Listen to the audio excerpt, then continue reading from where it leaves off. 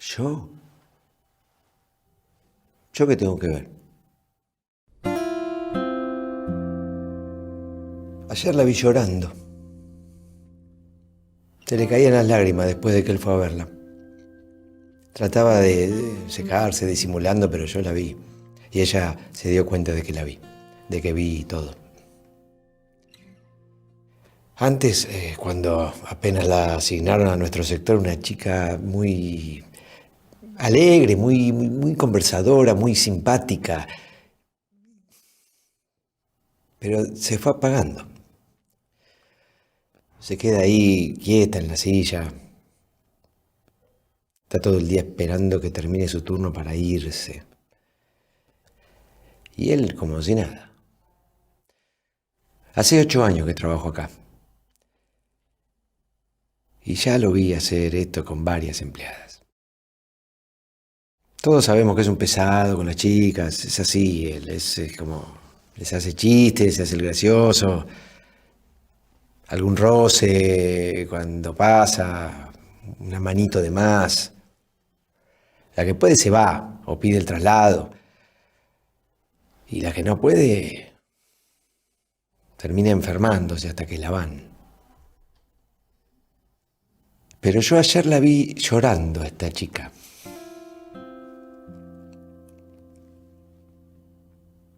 Yo hoy me desperté, no sé por qué, me desperté pensando en eso, en ella, en él. Me desperté pensando en mí. ¿Hace cuánto que veo esto? ¿Hace cuánto que sé que pasa esto? ¿Por, ¿Por qué no hago nada? No. Convivo con mujeres que la pasan mal todos los días de su vida en el trabajo por alguien que las acosa. Y no hago nada. Me estaba afeitando cuando pensaba esto. Y me vi en el espejo y me di vergüenza. Vengo de recursos humanos. Les dije que en mi sector tenemos un problema de acoso. Dije tenemos, porque el problema es de todos. Quedaron en citarlo. No es verdad que no lo vemos. Pasa frente a nuestros ojos todos los días. ¿Y vos qué tenés que ver? Si queremos espacios de trabajo libres de acoso, de discriminación hacia las mujeres, vos tenés que ver. Siempre que veo este video me siento interpelado. Interpelado como ciudadano, como persona que participa de distintos grupos sociales, distintos grupos de trabajo y convive de forma cotidiana con distintas manifestaciones de la violencia que no siempre está dispuesto a denunciar, que no siempre tiene las agallas para visibilizar, que no siempre tiene la valentía para combatir. Y también me siento interpelado en mi función como operador jurídico, porque desde ese rol, desde ese lugar que ocupo en la sociedad, entiendo que los operadores jurídicos, independientemente que muchas veces no seamos testigos directos de situaciones de violencia, somos un elemento indispensable para lograr la efectiva vigencia de los derechos fundamentales en los lugares de trabajo. Y esta interpelación en este lugar me llega porque creo que los operadores jurídicos tenemos mucho que ver, ¿no? Y mucho que ver en los dos aspectos justamente que releva este este audiovisual. Mucho que ver, mucho que observar, mucho que conocer, mucho que estudiar, mucho que tiene que ver con la observación de la realidad que nos rodea. ¿Sí? Y en ese aspecto siempre soy partícipe del abordaje de la violencia desde un punto de vista interdisciplinario, donde los operadores jurídicos nos valemos de distintas herramientas, conceptos, dispositivos que nos brindan otras disciplinas auxiliares del derecho. Es indispensable que empecemos a ver los estudios que aporta la psicología, la filosofía, la antropología, la sociología, en lo que tiene que ver con el análisis de la violencia en general y en el mundo del trabajo en particular. En ese aspecto tenemos muchísimo que ver y rever, mucho que ver en materia conceptual, en materia de preconceptual, de conceptos, rever nuestro entramado de razonamiento que nos hace comprender el mundo de determinada manera, que a veces nos impide inclusive ver distintas manifestaciones de violencia que se encuentran ahí en ese oscuro espacio entre lo permitido y lo prohibido. Ahí tenemos mucho para ver, para observar. Pero también tenemos mucho para ver en lo que se refiere a nuestra propia actuación, a nuestro propio comportamiento como operadores jurídicos, a nuestras costumbres, a nuestras prácticas forenses, a nuestros hábitos jurídicos en la forma de desempeñarnos. Porque son en esas costumbres, en esas prácticas forenses, en esa experiencia normativa, en esa experiencia jurídica que se da en distintas instancias, ya puede ser en nuestro desempeño en una institución, en una organización, en nuestro desempeño en el marco de un proceso judicial o administrativo. En distintas circunstancias, nuestro desempeño, nuestra actuación es uno de los primeros obstáculos que se presentan, o uno de los grandes obstáculos que se presentan para lograr la efectiva vigencia de un ambiente de trabajo libre de violencia, de ese derecho fundamental que hace referencia en su preámbulo el Convenio 190. Hacia ese punto, hacia ese lugar, esa va a ser la mirada, esa va a ser la perspectiva que intentaré abordar en estos minutos, en este ciclo de violencia y acoso en el mundo del trabajo.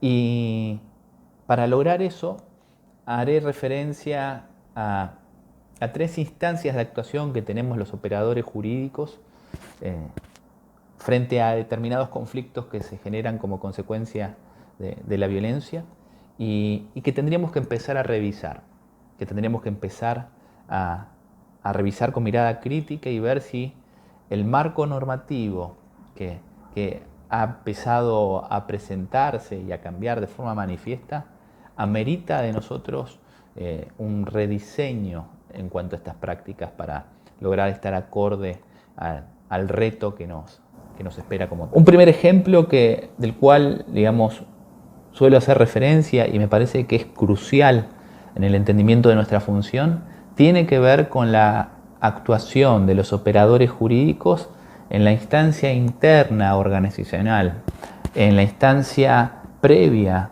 a cualquier actuación judicial que se lleve adelante. Con esto me quiero referir desde el momento en que se toma conocimiento de una situación de violencia y que se nos convoca para actuar en esa situación, hasta el intercambio telegráfico o inclusive hasta la promoción de ciertos reclamos, denuncias o actuaciones administrativas que pueden ser importantísimas a los fines de resolver el conflicto. Si nosotros observamos un poco la práctica forense, ¿sí? Durante el transcurso de mucho tiempo ha existido entre los operadores jurídicos una tendencia a ver la instancia previa a la judicial como una instancia de confrontación. Uno de los efectos de la sanción del convenio 190, aún prescindiendo de la ratificación o no por parte de nuestro país, es la capacidad que tiene ese convenio para visibilizar una redimensión de las obligaciones empresariales en lo que respecta a la organización del trabajo y puntualmente en lo que respecta a las distintas manifestaciones de violencia en el mundo del trabajo. Este compromiso asumido por todos los sujetos involucrados en el derecho del trabajo, en el mundo del trabajo, de lograr un ambiente laboral libre de violencia y el compromiso de entender a la violencia como una afectación de los derechos fundamentales hace que hoy sea inaceptable la realización de ciertas prácticas que hasta hace poco tiempo y aún persisten, son muy cotidianas en las instancias previas a la judicial. Hoy no puede sostenerse de ninguna manera que una situación de entender a la violencia como un conflicto privado. La violencia no es un conflicto privado, es un conflicto que compromete a todas las personas involucradas en esa situación. Hoy es inaceptable que frente a una denuncia de una situación de violencia o acoso en el mundo del trabajo, las organizaciones que tienen a su cargo el cuidado de la salud y de los derechos fundamentales de las personas que trabajan, le exijan a esas personas que frente a sus además de sus manifestaciones, que aporten pruebas, testimonios, documentos que acrediten la veracidad de sus dichos.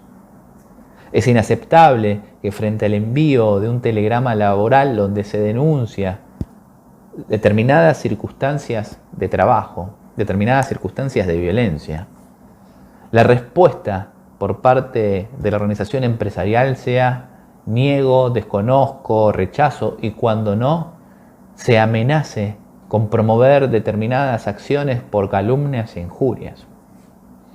Claramente eso hoy en día consiste un proceso de revictimización secundaria y otro acto de violencia que se suma ya al sufrido por la víctima. Debemos pensar y repensar la manera en que actuamos como operadores jurídicos. Hoy el convenio 190 logra consensuar, condensar un sinnúmero de obligaciones que ya se tornaban exigibles por las disposiciones de nuestro sistema normativo, tanto en lo que tiene que ver con el respeto de los derechos fundamentales, el deber de indemnidad, el deber de protección de la salud, el deber de prevención y otras disposiciones que podríamos englobar todas en el artículo 63 de la Ley de Contrato de Trabajo, ¿no? Y ese actuar de buena fe que tienen las partes dentro del marco contractual. Por eso es importante que empecemos a poner en la práctica, a implementar como operadores jurídicos las buenas prácticas empresariales. Las buenas prácticas empresariales que constituyen estas acciones estratégicas planificadas por parte de las organizaciones para lograr ambientes de trabajo libres, saludables, que sean un ámbito de desarrollo personal y no de sufrimiento, ¿sí? Podríamos clasificarlas en tres categorías distintas. Un primer grupo relacionado con el análisis y relevamiento de la información que las empresas disponen para buscar e investigar la posibilidad de agentes estresores, de indicadores de riesgos de situaciones de violencia. Analizar las ausencias, las licencias, determinado grupo de licencias, la determinada conflictividad en los sectores, la organización del trabajo, las distintas cualidades de las personas, su convivencia. Todo un número de acciones y de análisis vinculado con la prevención de conflictos que tengan que ver con de conflictos que puedan devenir en situaciones de violencia. Un segundo grupo vinculado con el deber de formación y capacitación de las personas que trabajan.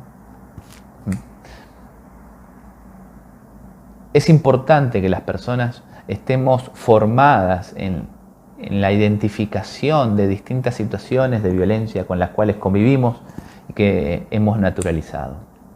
Siempre recuerdo un estudio que se hizo en la Universidad de Barcelona, donde se encuestó a los distintos docentes, al cuerpo docente, preguntándole si habían sido testigos de alguna situación de violencia en el transcurso de ese año. El 57% de las personas dijo que no.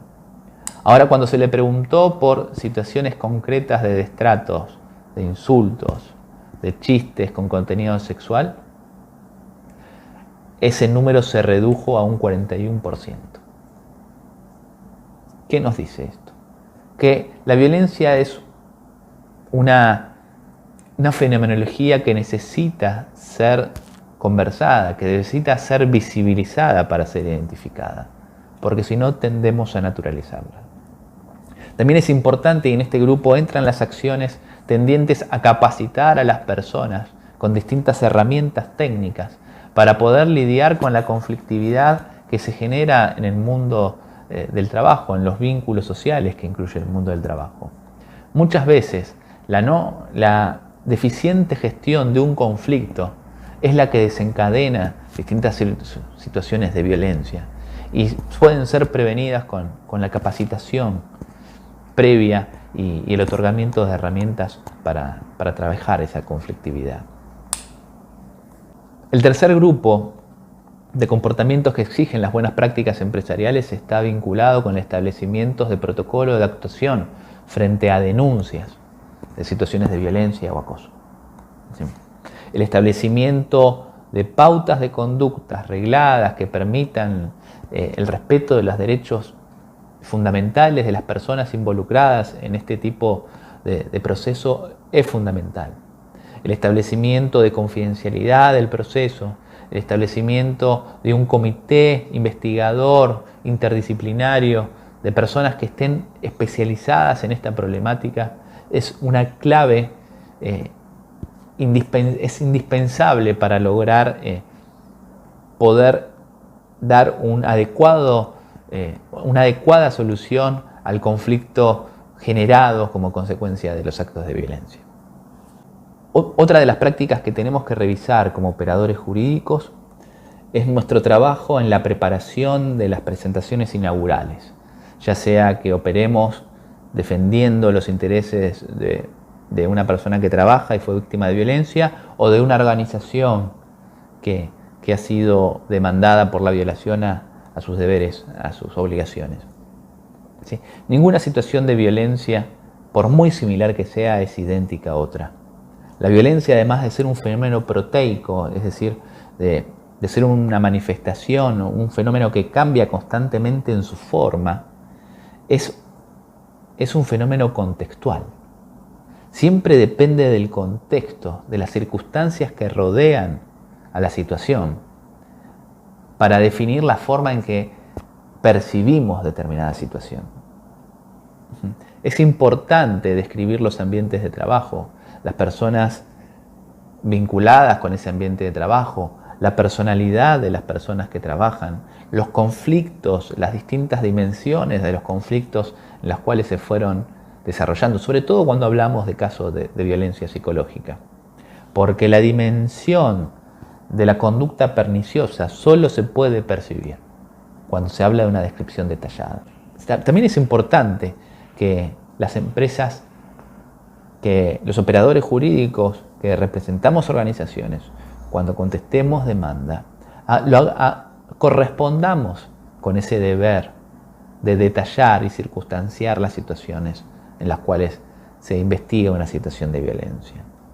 No debemos olvidar que el deber de colaboración en materia procesal es un deber impuesto por la normativa vigente en casi todos los códigos procesales o leyes especiales procesales, y por lo tanto es una obligación por parte de los demandados dar su versión de los hechos de forma detallada y que la negativa genérica sin dar otra versión de los hechos, implica, digamos, una confirmación de los hechos denunciados por la otra parte. Otra circunstancia a relevar tiene que ver con la legitimación pasiva, a quienes responsabilizamos por los actos de violencia. ¿Sí? Es normal y habitual que en los escritos liminares se haga referencia a la responsabilidad de las empresas y a las empleadoras y a la responsabilidad de la aseguradora de riesgo de trabajo en algunos casos. Pero es poco habitual ver que también se demanda a las personas que propiciaron esos actos de violencia. Y es normal que frente a planteos de este estilo, los operadores jurídicos nos veamos sorprendidos, cuando no indignados, porque entendemos que en el marco de un proceso laboral solo se puede demandar a las empresas. Sin embargo, existen innumerables precedentes, como Beira con Perfil, por ser el pionero, en el cual se responsabiliza al acosador, al victimario, por los daños y perjuicios que produce esos actos de violencia. Esto es importante tenerlo en cuenta, no solo para cuando iniciamos y buscamos la reparación de un proceso de violencia e realizamos nuestro trabajo como operadores jurídicos en defensa de los intereses de la víctima, sino también como cuando operamos como defensores de la organización a la cual se le demanda la reparación. Si la empresa se comportó conforme a las buenas prácticas empresariales y aún de haber desarrollado este conjunto sistemático de acciones que implican las mismas, existe un acto de violencia por alguna situación particular, por la acción de un particular, esa persona también es responsable, o podría ser responsable, de los daños y perjuicios que le generó a la empresa su proceder, por lo que tranquilamente podría ser citado como tercero. Y también debemos analizar la responsabilidad de los socios y directores de las sociedades comerciales que explotan las empresas.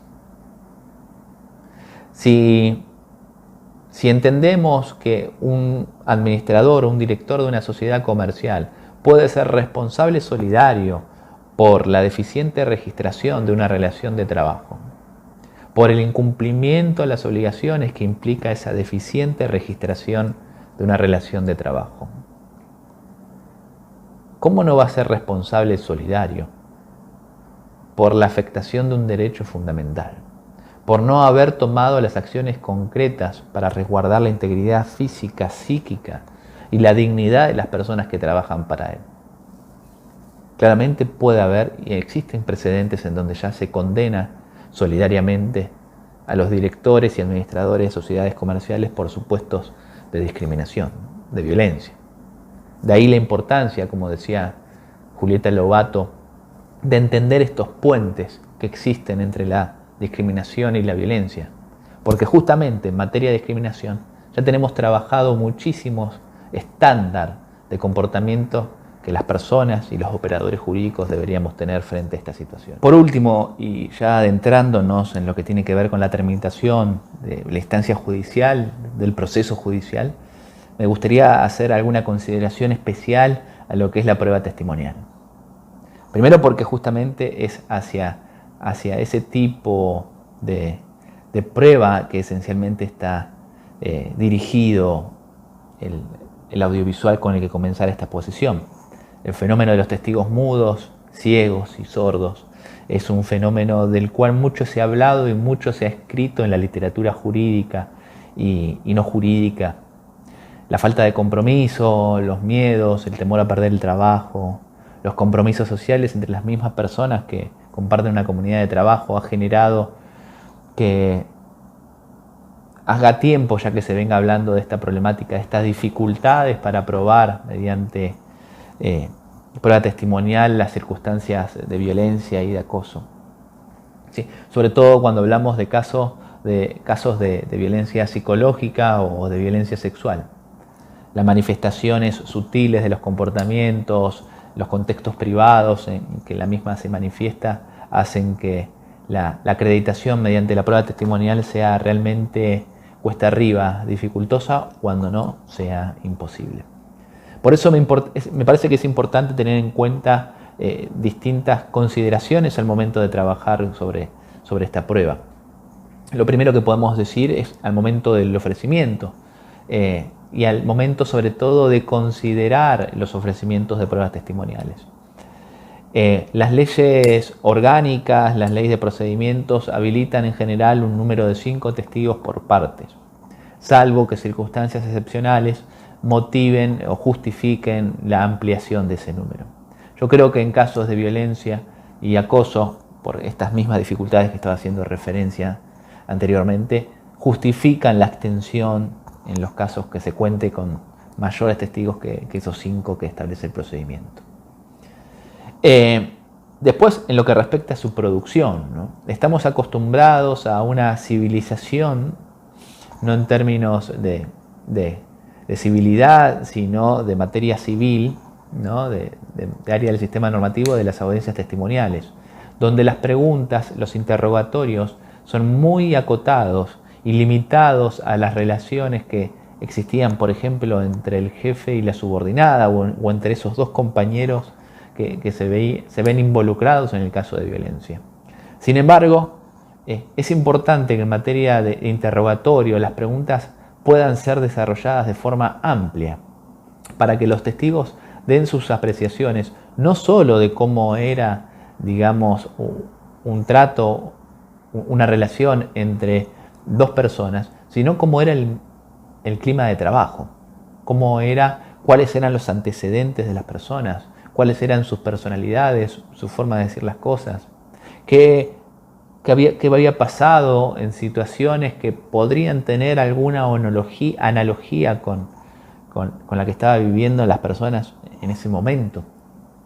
Es importante que los testigos den sus consideraciones, sus suposiciones inclusive, porque hablan de un contexto en el cual la persona estaba trabajando. Y que no solo se limiten a expresar lo que conocieron por sus sentidos, sino lo que le dijeron, lo que escucharon, lo que se comentaba en el ambiente de trabajo. Porque sabemos puntualmente que hay casos de violencia donde justamente los comentarios son los que generan ese ambiente hostil. Entonces, es necesario profundizar en los contextos y la forma en que se realicen las preguntas deben ser amplias y deben habilitarse preguntas que en otros contextos de otros casos quizás parecerían inconducentes o que no son hechos controvertidos. De ahí también se vincula la importancia de la amplitud de las descripciones, del detalle de las descripciones que se hagan en los escritos inaugural y en el escrito de contestación de demanda. Porque en la medida que introduzcamos los hechos y estos sean o no controvertidos, estos podrán ser objetos de prueba. Otra consideración que debemos tener presente al momento de trabajar en el proceso, un caso de violencia, es la prueba pericial. Y me refiero puntualmente a la prueba pericial psicológica. ¿Sí? Estamos acostumbrados a ver procesos en los cuales se somete a pericias a las personas que han sido víctimas de violencia y acoso. Y si bien eso no es en principio algo repudiable, la forma en que se realizan las pericias sí debe ser llevada adelante de una manera que no implique un proceso de revictimización secundaria de la persona que reclama una reparación. Pero además, más importante es aún realizar pericias sobre las personas que son acusadas de tener comportamientos antijurídicos, de provocar los perjuicios. Porque como dicen Peñuel y García en la evaluación del mobbing, un libro que han escrito justamente para hacer referencia a la práctica forense, es en la persona que produce el daño donde debe buscarse las causas y posibles motivos, ¿sí? y los procesos psíquicos internos que llevaron a la situación de acoso, de violencia, y no en la persona que lo sufre. En ella, en todo caso, deberá evaluarse las consecuencias. Para ir terminando, ¿sí? Como podrán observar con este breve relevamiento que he efectuado, los operadores jurídicos tenemos mucho para ver. Tenemos mucho para analizar de lo que vemos, de lo que hacemos, de cómo actuamos. Tenemos mucho para deconstruir en nuestras prácticas forenses, que muchas veces son obstáculos para la realización de ese ideal de justicia, y muchas veces inclusive se transforma en otro tipo de manifestación de violencia sistémica que deben transitar las personas, los sujetos que litigan en el marco del proceso.